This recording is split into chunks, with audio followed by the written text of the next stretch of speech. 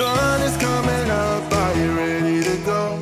We can take a ride, we can take it slow. Okay, so yan po yung 0.5. Ito yung 1x. Ito yung 2x. Ito yung 4x. Ito yung 8x. Sa isang phone po kasi, I realized na ang nagpapamahal dyan yung memory nila. Kaya ako nag-upgrade din mga kabilabs kasi may napanood akong review. And this time kasi ito yung pinaka magandang upgrade ng Apple. Number 1. My birthday gift to myself. iPhone 17 Pro Max! Hey everyone, it's Miss Emily. So today's vlog, it's a little different. So hindi po ito travel vlog. Gaya po ng malimit natin gawin tuwing my birthday sa aming mag-anak. This time, I decided to do something just for me. So ang gagawin po natin sa vlog natin today ay mag-unboxing. And i-compare ko lang yung dati kong phone na iPhone 13 Pro Max. 3 years since I bought my old phone. And matagal ko nang gustong mag-upgrade. Gawa ng yung mga bagong labas na iPhone po kasi ngayon, hindi mo na kailangan buksan yung phone mo. Meron siyang mga button dito na pwede ka nang mag-camera or video anytime. So dahil birthday ko naman, so why not? Regaluhan naman yung sarili ko this time. So yeah, umpisa na natin mag-unboxing. Okay, so simulan na po natin mag-unbox. Ayan, iPhone 17 Pro Max.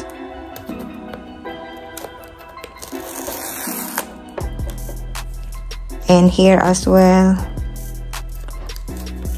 So nakalagay dito, designed by Apple in California. Tada! Wow, nakaka-inlove naman to. Wow, ang nipis. So, ito yung sinasabi ko sa inyong mga button na kailangan kapag ikaw ay vlogger. Dito na muna. Tada! Amazing! Kita-kita yung nag-vlog sa taas. Wow! Hindi nakita yung ano ko, expression ko. So, meron pa rin pala siyang SIM card. I mean, yung pangano ng SIM card. Tapos yung cord niya. Ayan. So, Type-C. USB-C. Alright. So, yun lang po yung yung kasama. And yung manufacturer manual. So, ayun.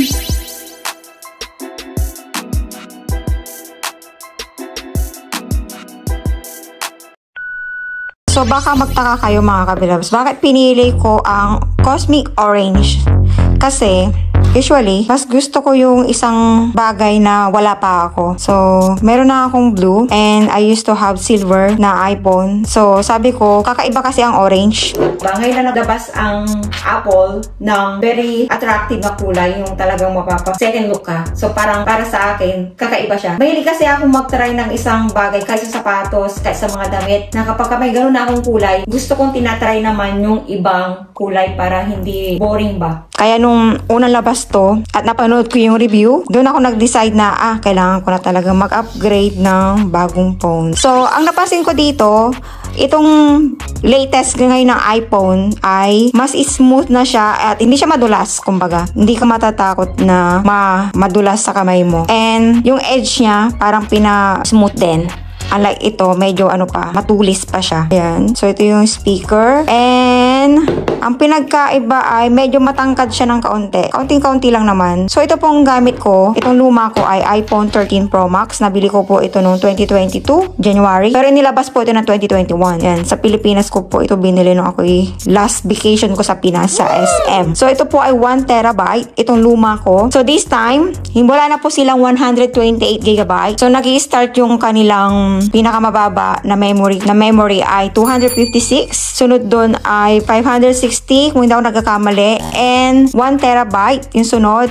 And pinakamataas ay 2 terabyte. So, I just realized mga kabilabs na hindi ko na kailangan ng 1 terabyte. Kasi ang plano ko ngayon ay bibili na lang ako sa iCloud storage para ma-access ko din siya sa laptop ko kapag ako ay naka iCloud storage. Especially kapag ako ay nag-e-edit. So, kailangan ko ng connection. Yung hindi ko na kailangan i-transfer kasi nasa iCloud na siya. Kaya, kinuha ko yung pinakamababang memory kasi madali namang bumili ng iCloud. Sa isang phone po kasi, I realize na ang napapamahal dyan yung memory nila. So, itong 1 terabyte ay sobrang bigat. Sobrang bigat din sa bulsa. Ang laki ng difference. Kaya sabi ko, bakit ako bibili ng mas mahal na memory kung pwede naman akong mag-iCloud storage. Nakakatuwa mga kabilabs kasi yung impression ko dito ay magaan. Hindi ko na-expect na handy siya. Mas maganda siyang gamitin. Ito parang dambuhala. So, as you can see, maraming bakat dyan kasi nag-lotion ako ng kamay. And bibili pa ako ng screen protector and bibili pa ako ng case. Comment down below kung anong bet nyo na case. Pero ang nasa isip ko ngayon ay syempre yung transparent para kita yung kulay. Yung iba black. So tingnan natin pag napunta tayo sa store. And yeah, isi-set up na natin siya ngayon. I don't know where she came from. Kinda turned me upside down. I just don't know what to do. I wanna spend the night at hers and bring her one of my t-shirts so it smells like her perfume. Now I really get what the love songs are talking about, and I just wanna tell her how I feel, scream it out loud. Have you ever been in love? Have you ever lost your head? Have you felt like you were out of breath when you saw her in that dress? When your heart is beating fast and you're sweating and you can't stop looking at her smile, then you've been in love. That's how you know you've been in love. There's something about the way she laughs and the way she always dances when she thinks nobody sees. And when she's gone I miss her so. I tell her, baby, please don't go. I think you should stay with me. And I really get what the love songs are talking about. Oh, and I just wanna tell her how I feel, scream it out loud. Have you ever been in love? Have you ever lost your head? Have you felt like you were out of breath? Siri, how's the weather? Hey Siri, send a message. Siri, set a timer for 3 minutes. Hey Siri, get directions home. Siri, play some music.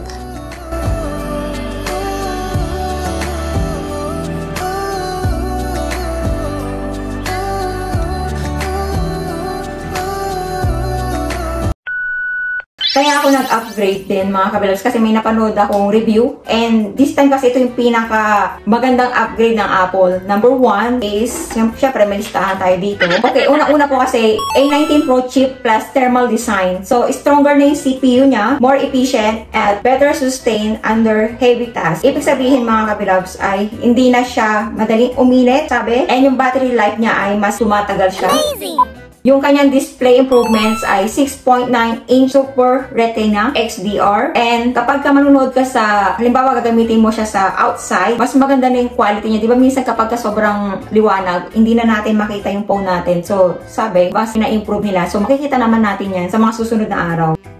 So, sa design and durability, ceramic shield 2 on front and for first time ceramic shield also on the back. Scratch resistance improved, better coating to reduce glare, also a more solid build. Pagdating naman po sa camera upgrades niya ay, yung itong tatlo pong ito ay triple 48. Pero yung harapan, ganun pa rin, 18MP siya, center stage, with better framing for videos and selfies. So, after ng unboxing natin, saka setup, saka itong paliwanag natin, ipapakita ko sa inyo sa labas na mas maganda na siya. Pwede mo na siyang gawing landscape kahit na ganito yung kuha mo. Kahit naka-portrait siya, nakatayo siya. So, yun yung maganda sa pag-vlog kasi pag in-upload mo kasi sa YouTube, kailangan po kasi naka-landscape. Pero itong bagong labas na Apple ay hindi mo na kailangang i-landscape para makakuha ka ng video na landscape. So, I hope na naipaliwanag ko po na maayos. Sa battery life and charging naman niya ay larger battery life, more efficient daw. Kaya kung makikita nyo, meron siyang design na ganito kasi naka-design siya sa, hindi ako techie pagdating sa unboxing, pero doon sa mga napanood kong reviews, yun yung purpose kaya meron ito kasi para sa battery long life. Ayan. And faster charging, 50% agad sa 20 minutes. Pero syempre, dapat compatible yung charger niya. So, thanks God naman kasi may mga original na tayong mga charger gawa ng Apple user na tayo ever since. So, yung connectivity and new tech naman niya, USB-C na siya. Unlike itong Pro Max ko, ay yung luma pa siya, yung pinaka-original pa siya na USB. So, minsan, kapag nasa labas kami at iwanan ko yung charger ko, nahihirapan ako kasi yung mag-ama ko, parehong USB na yung gamit nila. So, buti naman kasi na-upgrade na nila sa USB Type-C. And yung Wi-Fi niya ay Wi-Fi 7. Bluetooth 6, new wireless chip, and 1 for better networking, plus more modern features in iOS 26. Example, Apple Intelligence Improved Camera Video Tools.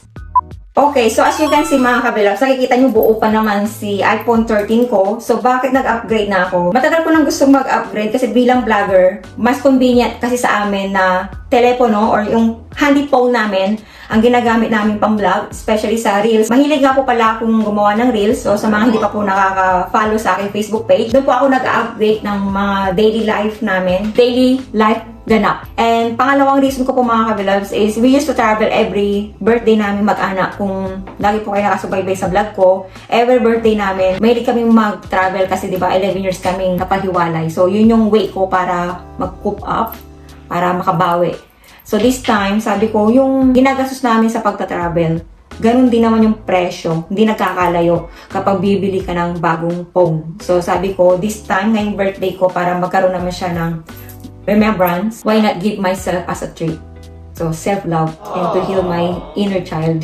So, bilang lumaki tayong hindi naman na bibili lahat ng gusto natin. So, this is my way of healing my inner child, kumbaga. Hanggat kaya pa, ayokong titipirin yung sarili ko kasi ito rin yung motivation ko para magpatuloy na update sa inyo. Despite sa busy life natin as a working mom, as a full-time healthcare worker, kailangan lagi kang may nilook forward. So ngayon, dahil may bago tayong gadgets, mas sisipagin akong mag-edit ngayon. Kung saan ko siya nabili ko po siya sa Apple Store, sa apps. Doon lang po ako bumili. Hindi na ako lumabas ng bahay, hindi na ako pumunta sa mall. Kasi po mga kabilabs, yung Apple Store na pinakamalapit dito sa amin ay 40 minutes drive. Medyo malayo di po ba? Papunta pa lang yon. So, tinay kong tumingin sa Apple Store and doon lang ako nangalikot ng mga new products nila. And by the way mga kabilabs, itong kinuha ko ay, ito yung maipapayo ko sa inyo mga kabilabs. Pwede nyo pong sundin, nasa inyo po yun, pero ako kasi bilang nagbablog at mahilig ako magganito, ganyan, natatakot ako minsan na what if nadukutan ako or baka mawala or mabagsak, masira, magkaroon ng gas-gas, and so on. So, kumuha po ako ng Apple Care Plus with theft and loss for iPhone 17 Pro Max. Ibig sabihin po nun, unlimited po yung, kung hindi ako nagkakamali ha, kasi hindi ko pa nababasa, yung sinend nilang coverage. So, sa pagkakaalam ko, unlimited yung pagpapagawa mo, pagpapa-repair. Halimbawa, masira siya, and kapag ka nanakaw siya or nawala, papalitan nila ng bago. So, kampante ako na anuman ang mangyari ay mapapalitan ang aking iPhone. Bakit ko ito naisip? Kasi meron po akong ka-church. Shout out sa'yo, Sis Jen. So, sa kanya ko po ito nalaman. Last year, pumunta siya sa London. Siyempre, pagkasama mo yung mga kaibigan mo, hindi mo na mamamalaya kung saan mo isinusuksok yung cellphone mo, diba? Inilagay niya sa bulsa ng pantalon niya. And, ayun, nawala. Natiktikan. Bagong bili pa niya. Buti na lang kamo, naka-Apple Care Plus siya. Kaya, pinalitan ng bago yung kanyang phone. So, mula no, nung narinig ko yung story niya, sabi ko, kung bibili ako ng bagong phone, kailangan naka-Apple Care. Para kampante ako. Kasi kung sa akin mangyari yun, ako, hindi ko alam kung anong mangyayari. And kaya, mababang storage lang yung binili ko, yung napili ko, kasi plano kong mag-monthly na lang sa iCloud. Dati po, I used to pay Google Drive for 2 terabyte. Ano siya, medyo pricey din po kasi siya, 8.99 per month. So, nung nasa Israel pa po ako noon. Kasi dati po nung nasa Israel ako, meron akong taga-edit. Pero nung lumipat ako dito sa UK, ako na yung nag-i-edit. Hands-on na ako. So sabi ko, hindi ko na kailangan ng Google Drive. So that's my insight. So yeah, I hope may natutunan po kayo sa vlog natin today. Please don't forget to hit like, share, and subscribe to my YouTube channel. And abangan nyo po yung actual footage po natin sa outdoor. Hi! Hello Kapilab! So nandito tayo ngayon sa labas para itry natin ang bago pong iPhone 17 Pro Max. So, ito yung sinasabi ko sa inyo na nagustuhan ko sa mga bagong Apple ngayon. Ito, i-ano mo lang siya. I-press mo lang yung icon dito, yung button dito, and ayan. So, 'di ba? Bilang vlogger kasi, minsan naglalakad ka or nasa sasakyan ka, meron kang nagustuhan na video or may gusto kang i-capture. So, very convenient. Ito yung nagustuhan ko sa kanya. And then, ang bago ngayon sa iPhone ay meron ng 4X. Kung di ako nagkakamali, bago po itong 4X. And ito naman yung 8X. So, dito tayo. Ibalik natin sa 1. Ito yung 4X. And ito yung 8X. Or 8 times zoom. And then, sa selfie, 18MP pa rin. Pero ang kagandahan nito, sa portrait, 'di ba? Usual na kapag portrait nakatayo. Kapag landscape, hindi mo na siya kailangang iganon pa. Ipipress mo na lang 'to. Ayan. So bilang vlogger mga kabilabs, ito yung isa sa nagustuhan ko din. Kasi hassle kapag magpa-vlog ka ng ganyan tapos naglalakad ka. Hassle, 'di ba? Pero kapag ganyan, parang may kausap ka lang. Hindi nila alam pang YouTube na pala 'yon. So, ayun, ganoon din sa video, mga kabilabs. Halimbawa, sa video, nagaganyan ka, yan yung portrait. Sorry. Yan yung portrait. Pero pag gusto mo ng landscape, kasi sa YouTube kasi, sa mga hindi po aware, sa YouTube, kailangan naka-landscape ang video mo. Pagka landscape, kailangan nakahiga ang kuha mo. Kaya lang, hassle minsan, kapag naglalakad ka, daming tao, medyo hassle, medyo nakaka-distract kasi syempre pinagtitinginan ka. Pero pagka ganyan, carry lang. And ito lang ipipress mo. So, ayun.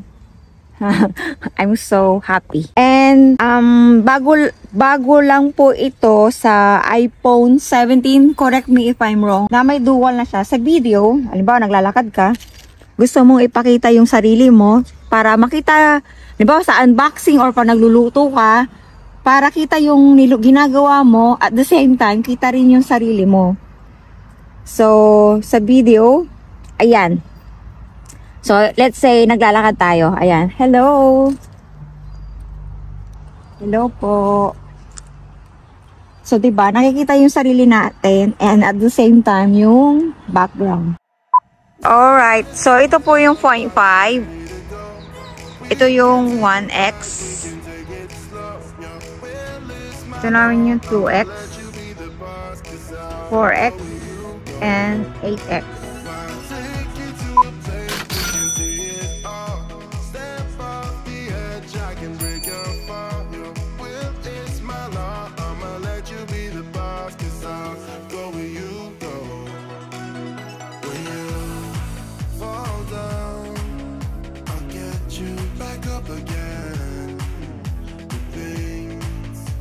Try are things that you won't regret. We are kings of